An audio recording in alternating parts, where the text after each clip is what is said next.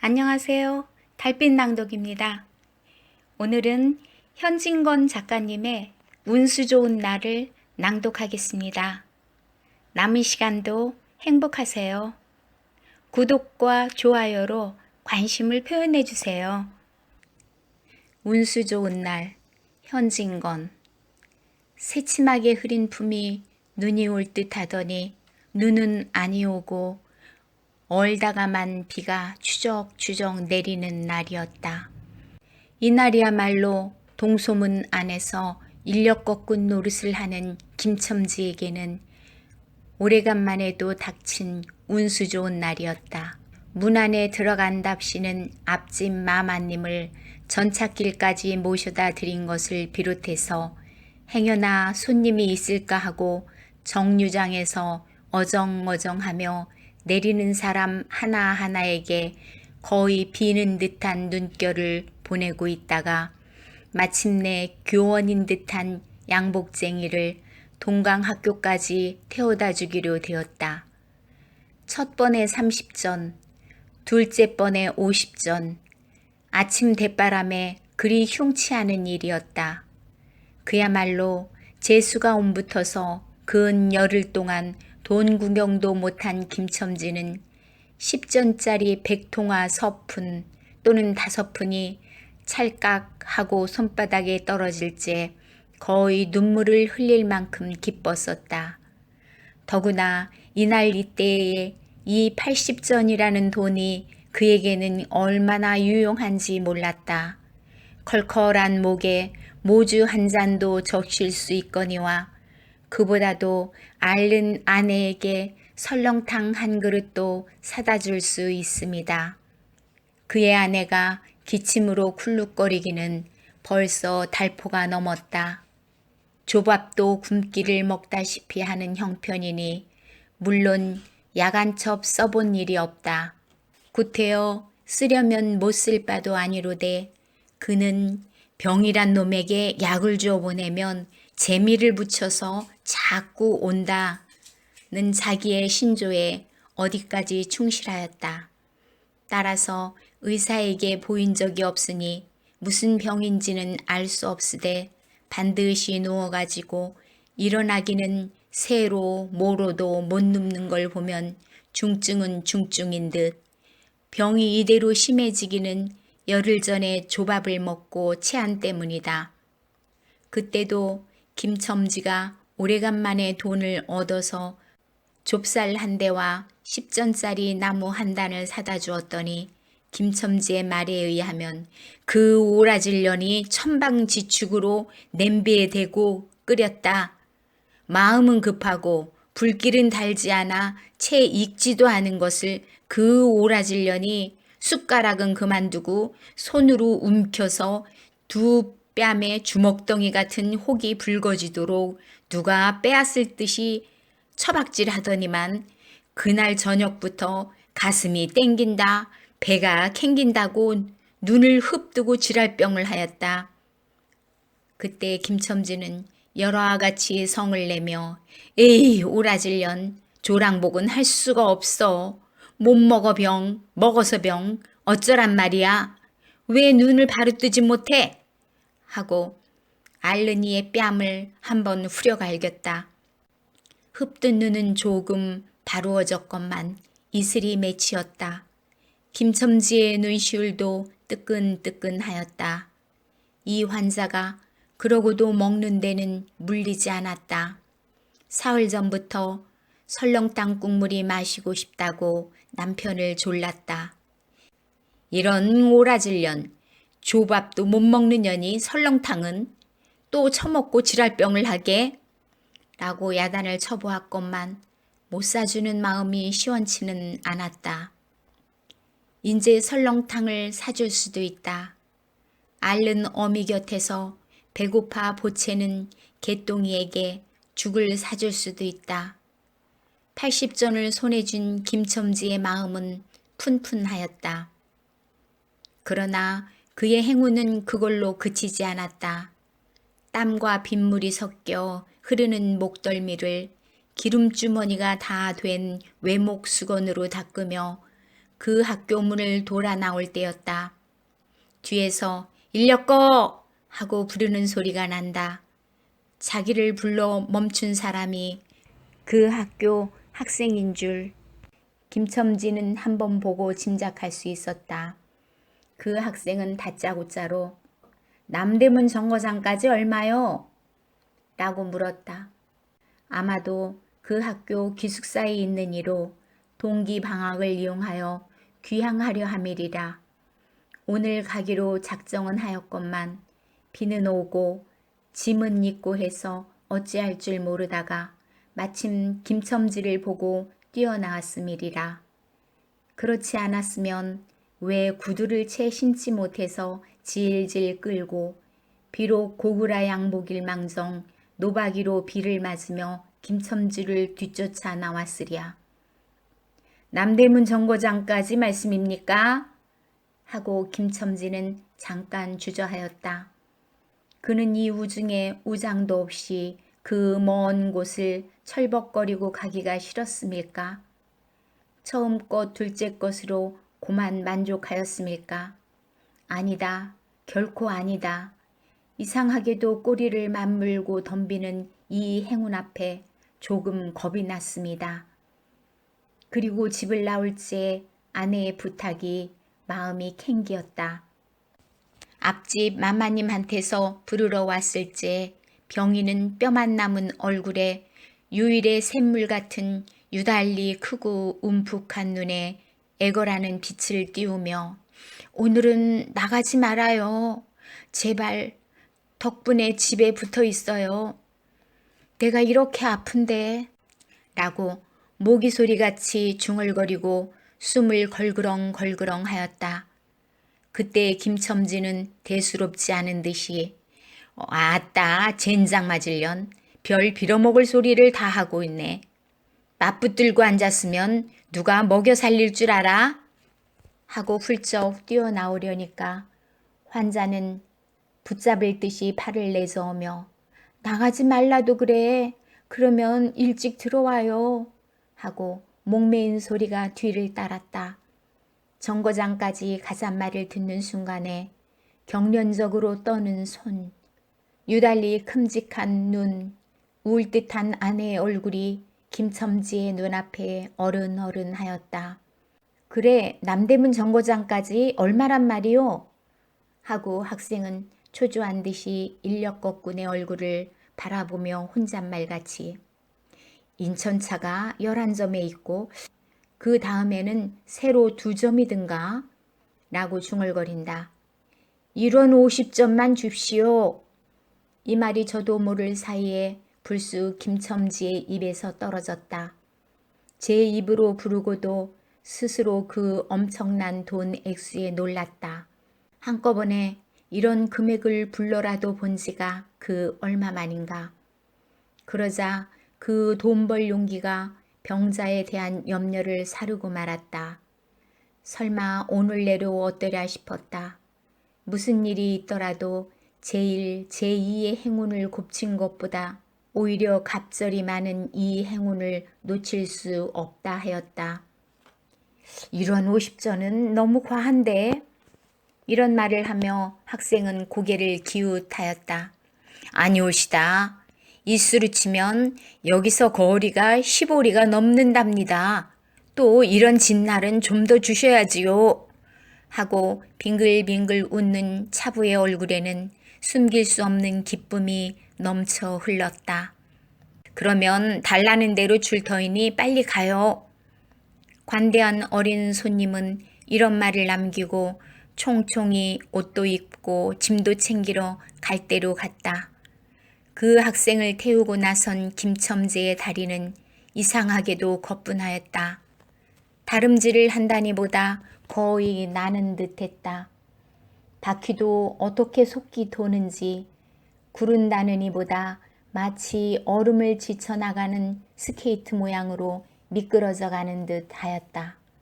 언 땅에 비가 내려 미끄럽기도 하였지만 이윽고 끄는 이의 다리는 무거워졌다. 자기 집 가까이 다다른 까닭이다. 새삼스러운 염려가 그의 가슴을 눌렀다. 오늘은 나가지 말아요. 내가 이렇게 아픈데. 이런 말이 잉잉 그의 귀에 울렸다. 그리고 병자의 움푹 들어간 눈이 원망하는 듯이 자기를 노리는 듯 하였다. 그러자 엉엉하고 우는 개똥이의 곡성을 들은 듯 싶다. 딸꾹딸꾹 하고 숨 모으는 소리도 나는 듯 싶다. 왜 이리우? 기차 놓치겠구먼. 하고 탄이의 초조한 부르짖음이 간간히 그의 귀에 들어왔다. 언뜻 깨달으니 김첨지는 인력거를 쥔 채 길 한복판에 엉거주춤 멈춰 있지 않은가. 예. 하고 김첨지는 또다시 다름질하였다. 집이 차차 멀어갈수록 김첨지의 걸음에는 다시금 신이 나기 시작하였다. 다리를 제게 놀려야만 쉴 새 없이 자기의 머리에 떠오르는 모든 근심과 걱정을 잊을 듯이 정거장까지 끌어다주고 그 깜짝 놀란 1원 50전을 정말 제 손에 쥐매 제 말 맞다나 10리나 되는 길을 비를 맞아가며 질퍽거리고 온 생각은 아니하고 거저나 얻은 듯이 고마웠다. 졸부나 된 듯이 기뻤다. 제 자식벌밖에 안 되는 어린 손님에게 몇 번 허리를 굽히며 안녕히 다녀옵시오 라고 깍듯이 재우쳤다. 그러나 빈 인력거를 털털거리며 이 우중에 돌아갈 일이 꿈밖이었다. 노동으로 하여 흐르는 땀이 식어지자 굶주린 창자에서 물 흐르는 옷에서 어슬어슬 한기가 솟아나기 비롯하며 1원 50전이란 돈이 얼마나 괜찮고 괴로운 것인 줄 절절히 느끼었다. 정거장을 떠나는 그의 발길은 힘 하나 없었다. 온몸이 옹송그려지며 당장 그 자리에 엎어져 못 일어날 것 같았다. 젠장 맞을 것. 이 비를 맞으며 빈 인력거를 털털거리고 도라를 간담. 이런 빌어먹을 제 할미를 붙을 비가 왜 남의 상판을 딱딱 때려? 그는 몹시 화증을 내며 누구에게 반항이나 하듯 개걸거렸다. 그럴 즈음에 그의 머리엔 또 새로운 광명이 비쳤나니 그것은 이러고 갈 게 아니라 이 근처를 빙빙 돌며 차 오기를 기다리면 또 손님을 태우게 될지도 몰라 란 생각이었다. 오늘 운수가 괴상하게도 좋으니까 그런 요행이 또 한 번 없으리라고 누가 보증하랴.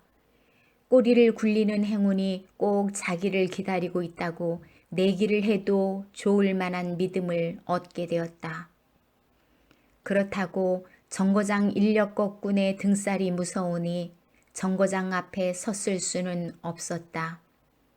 그래 그는 이전에도 여러 번 해본 일이라 바로 정거장 앞 전차 정류장에서 조금 떨어지게 사람 다니는 길과 전찻길 틈에 인력거를 세워놓고 자기는 그 근처를 빙빙 돌며 형세를 관망하기로 하였다. 얼마 만에 기차는 왔고 수십 명이나 되는 손이 정류장으로 쏟아져 나왔다. 그 중에서 손님을 물색하는 김첨지의 눈엔 양머리에 뒤축 높은 구두를 신고 망토까지 두른 기생템물인 듯 남봉 여학생인 듯한 여편네의 모양이 띄었다. 그는 슬근슬근 그 여자의 곁으로 다가들었다. 아씨, 인력거 아니 타시랍시오. 그 여학생인지 뭔지가 한참은 매우 때깔을 빼며 입술을 꼭 다문 채 김첨지를 거들떠보지도 않았다. 김첨지는 국어라는 거지나 무엇같이 연해연방 그의 기색을 살피며 아씨, 정거장 애들보담 아주 싸게 모셔다 드리겠습니다. 댁이 어디신가요? 하고 추근추근하게도 그 여자의 들고 있는 일본식 버들고리짝에 제 손을 대었다. 왜 이래? 남 귀치않게. 소리를 병력같이 지르고는 돌아선다. 김첨지는 어랍시오 하고 물러섰다. 전차는 왔다. 김첨지는 원망스럽게 전차 타는 일을 노리고 있었다. 그러나 그의 예감은 틀리지 않았다. 전차가 빡빡하게 사람을 싣고 움직이기 시작하였을지 타고 남은 손 하나가 있었다. 굉장하게 큰 가방을 들고 있는 걸 보면 아마 붐비는 차 안에 짐이 크다 하여 차장에게 밀려 내려온 눈치였다. 김첨지는 대어섰다. 인력거를 타시랍시오. 한동안 값으로 승강이를 하다가 60전에 인사동까지 태워다 주기로 하였다. 인력거가 무거워짐에 그의 몸은 이상하게도 가벼워졌고 또 인력거가 가벼워지니 몸은 다시금 무거워졌건만 이번에는 마음조차 초조해 온다.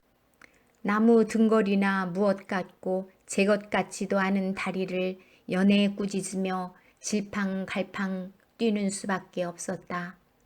저놈의 인력거꾼이 저렇게 술이 취해가지고 이 진땅에 어찌 가노?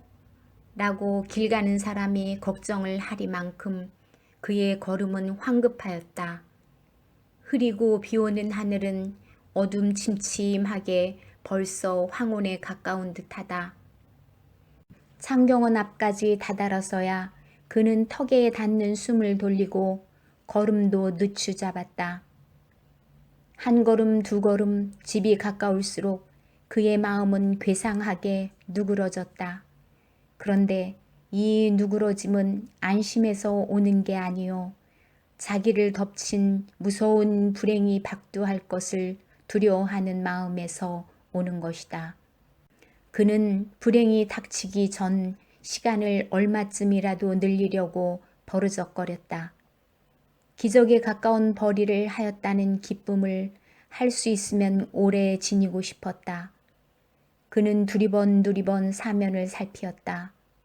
그 모양은 마치 자기 집, 곧 불행을 향하고 달려가는 제 다리를 제 힘으로는 도저히 어찌할 수 없으니 누구든지 나를 좀 잡아다고 구해다고 하는 듯 하였다. 그럴 즈음에 마침 길가 선술집에서 친구 치삼이가 나온다. 그의 우글우글 살찐 얼굴은 주흥이 오른 듯 온 턱과 뺨을 시커멓게 구렛나룻이 덮이고 노루탱탱한 얼굴이 바짝 말라서 여기저기 고랑이 파이고 수염도 이때야 턱 밑에만 마치 솔잎송이를 거꾸로 붙여놓은 듯한 김첨지의 풍채하고는 기이한 대상을 짓고 있었다. 여보게 김첨지, 자네 문 안 들어갔다 오는 모양일세 그려? 돈 많이 벌었을 테니 한 잔 빨리게. 뚱뚱보는 말라깽이를 보는 말말에 부르짖었다. 그 목소리는 몸짓과 딴판으로 연하고 싹싹하였다. 김첨지는 이 친구를 만난 게 어떻게 반가운지 몰랐다. 자기를 살려준 은인이나 무엇같이 고맙기도 하였다. 자네는 벌써 한잔한 모양일세 그려? 자네도 재미가 좋아 보이? 하고 김첨지는 얼굴을 펴서 웃었다. 앞다, 재미 안 좋다고 술 못 먹을 랜가? 그런데 여보게, 자넨 웬몸이 어째 물독에 빠진 새양쥐 같은가? 어서 이리 들어와 말리게. 선술집은 훈훈하고 뜨뜻하였다. 추어탕을 끓이는 솥뚜껑을 열 적마다 뭉게뭉게 떠오르는 흰 김, 석쇠에서 빠지직 빠지직 구워주는 너비 아니구이며 제육이며 간이며 콩팥이며 북어며 빈대떡, 이 너저분하게 늘어놓은 안주 탁자에 김첨지는 갑자기 속이 쓰려서 견딜 수 없었다. 마음대로 할 양이면 거기 있는 모든 먹이를 모조리 깡그리 집어삼켜도 시원치 않았다 하되 배고픈 이는 우선 분량 있는 빈대떡 2개를 쪼이기로 하고 추어탕 한 그릇 청하였다. 줄인 창자는 음식 맛을 보더니 더욱 비어지며 자꾸자꾸 드리라 하였다. 순식간에 두부와 밑꿀이 든 국 한 그릇을 그냥 물같이 들이키고 말았다.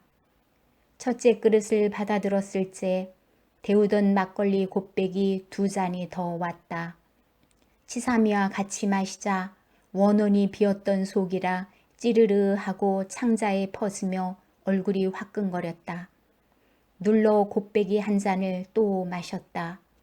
김첨지의 눈은 벌써 개게 풀리기 시작하였다. 석쇠에 얹힌 떡 2개를 숭덩숭덩 썰어서 볼을 불룩거리며 또 곱빼기 2잔을 부어라 하였다. 치삼은 의아한 듯이 김첨지를 보며 여보게 또 붓다니 벌써 우리가 넉 잔씩 먹었네. 돈이 40전일세. 아따 이놈아 40전이 그리 끔찍하냐? 오늘 내가 돈을 막 벌었어. 참 오늘 운수가 좋았느니.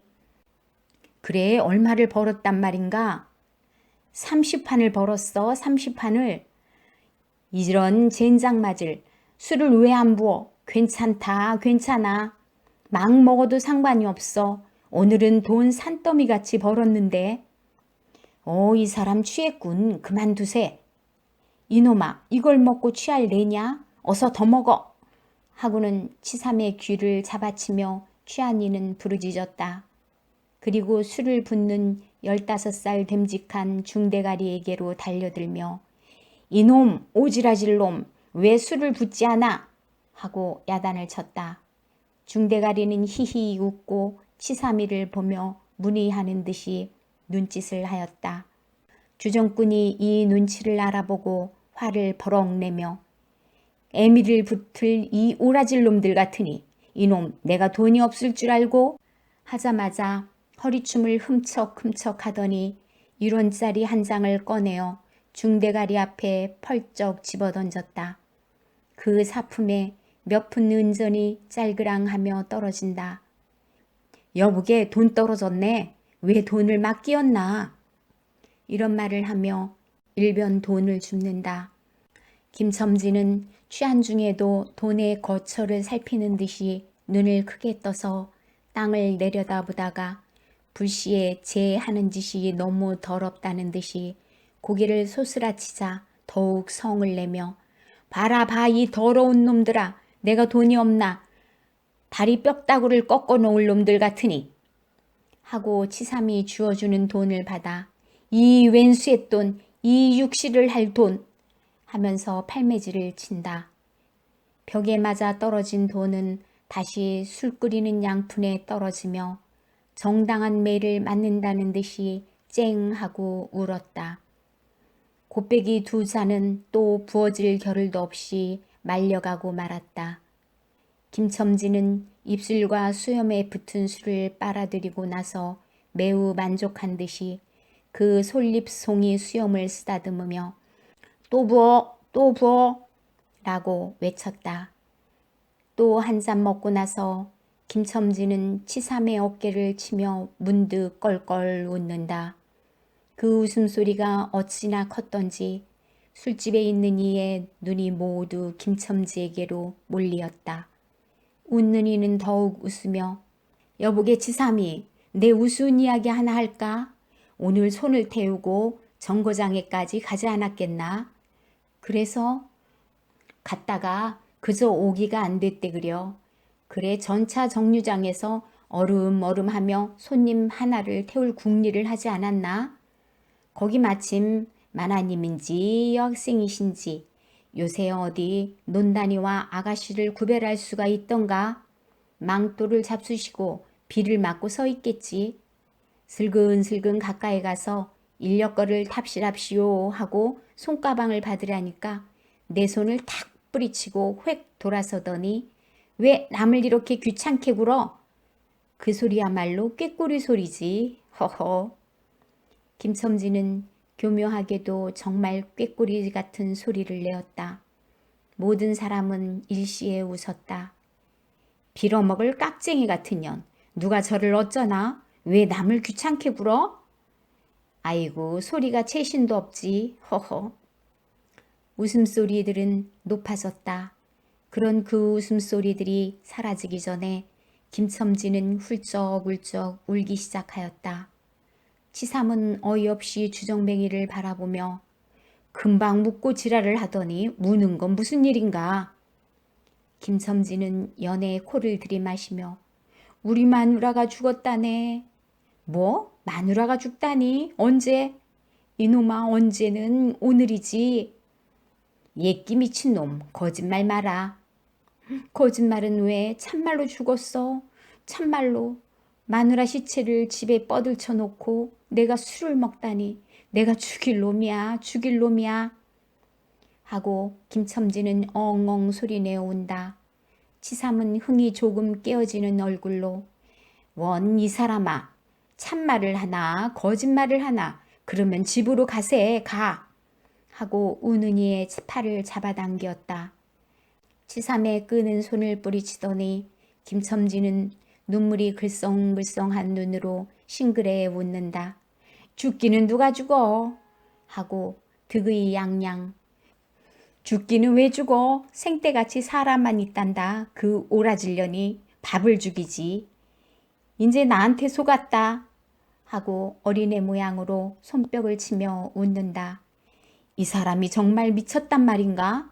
나도 아주먼네가 앓는단 말은 들었는데 하고 치삼도 어떤 불안을 느끼는 듯이 김첨지에게 또 돌아가라고 권하였다. 안 죽었어. 안 죽었대도 그래. 김첨지는 화증을 내며 확신 있게 소리를 질렀으되 그 소리엔 안 죽은 것을 믿으려고 애쓰는 가락이 있었다. 기어이 일원어치를 채워서 곱배기를 한 잔씩 더 먹고 나왔다. 굳은 비는 의연히 추적추적 내린다. 김첨지는 취중에도 설렁탕을 사가지고 집에 다다랐다. 집이라 해도 물론 셋집이요. 또 집 전체를 세든 게 아니라 안과 뚝 떨어진 행랑방 한 칸을 빌어든 것인데 물을 길어대고 한 달에 1원씩 내는 터이다. 만일 김첨지가 주기를 띄지 않았던들 한 발을 대문에 들여놓았을지 그곳을 지배하는 무시무시한 정적, 폭풍우가 지나간 뒤에 바다 같은 정적에 다리가 떨렸으리라. 홀록거리는 기침소리도 들을 수 없다. 그르렁거리는 숨소리조차 들을 수 없다. 다만 이 무덤 같은 침묵을 깨뜨린다느니보다 한층 더 침묵을 깊게 하고 불길하게 하는 빡빡거리, 그윽한 소리, 어린애의 젖바는 소리가 날 뿐이다. 만일 청각이 예민한 이 같으면 그 빡빡 소리는 빨 따름이요 꿀꺽꿀꺽하고 젖 넘어가는 소리가 없으니 빈 젖을 빤다는 것도 짐작할는지 모르리라. 혹은 김첨지도 이 불길한 침묵을 짐작했는지도 모른다. 그렇지 않으면 대문에 들어서자마자 전에 없이 이 난장 맞을 년 남편이 들어오는데 나와보지도 않아 이 오라질 년 이라고 고함을 친 게 수상하다. 이 고함이야말로 제 몸을 엄습해오는 무시무시한 증을 쫓아버리려는 허장성세인 까닭이다. 하여간 김첨지는 방문을 왈칵 열었다. 구역질 나게 하는 축이 떨어진 삿자리 밑에서 나온 먼지네. 빨지 않은 기저귀에서 나는 똥내와 오줌내, 가지각색 때가 켜켜이 앉은 옷내, 병인의 땀 섞은 내가 섞인 쥐기가 무딘 김첨지의 코를 찔렀다. 방 안에 들어서며 설렁탕을 한 구석에 놓을 사이도 없이 주정꾼은 목청을 있는 대로 다 내어 호통을 쳤다. 이런 오라질년, 주야장천 누워만 있으면 제일이야? 남편이 와도 일어나지를 못해? 라는 소리와 함께 발길로 누은이의 다리를 몹시 찼다. 그러나 발길에 채이는 건 사람의 살이 아니고 나무 등골과 같은 느낌이 있었다. 이때 빽빽 소리가 응아 소리로 변하였다. 개똥이가 물었던 젖을 빼어놓고 운다. 운데도 온 얼굴을 찡그려 붙여서 운다는 표정을 할 뿐이다. 응아 소리도 입에서 나는 게 아니고 마치 뱃속에서 나는 듯 하였다. 울다가 울다가 목도 잠겼고 또 울 기운조차 시진한 것 같다. 발로 차도 그 보람이 없는 걸 보자 남편은 아내의 머리맡으로 달려들어 그야말로 까치집 같은 환자의 머리를 껴들어 흔들며 이년아 말을 해 말을 입이 붙었어 이 오라질년 응 이것 봐 아무 말이 없네 이년아 죽었단 말이냐 왜 말이 없어 응 또 대답이 없네 정말 죽었나 보이 이러다가 눈 위에 흰 창이 검은 창을 덮은 위로 짙은 눈을 알아보자마자 이 눈깔 왜 나를 바로 보지 못하고 천정만 바라보느냐 응? 하는 말 끝엔 목이 메이었다. 그러나 산 사람의 눈에서 떨어진 닭똥 같은 눈물이 죽은 이의 뻣뻣한 얼굴을 어룽어룽 적시었다. 문득 김첨지는 미친 듯이 제 얼굴을 죽은 이의 얼굴에 한 대 비벼대며 웅얼거렸다. 설렁탕을 사다 놓았는데 왜 먹지를 못하니? 왜 먹지를 못하니? 괴상하게도 오늘은 운수가 좋더니만